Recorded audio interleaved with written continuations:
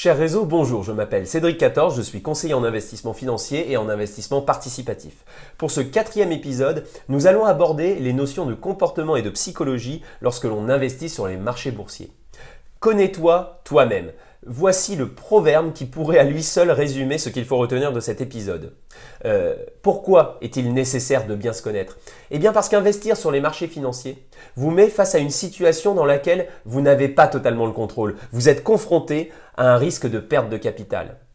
Et identifier son comportement face au risque est tout à fait primordial pour ne pas transformer son quotidien d'investisseur en un monde perpétuel d'angoisse. Et en effet, aller à contre-courant de son propre caractère serait totalement contre-productif.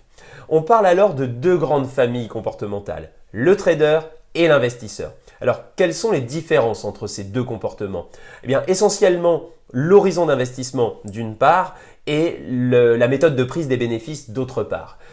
Quand l'horizon d'investissement d'un investisseur sera de l'ordre de 5 à 10 ans, voire plus, celui du trader ne sera de l'ordre que de quelques mois seulement.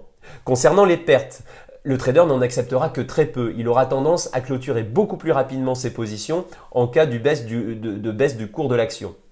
L'investisseur, quant à lui, aura une plus grande résilience face aux pertes et profitera de la baisse du cours de l'action pour racheter à nouveau, renforcer sa position et augmenter ses gains futurs.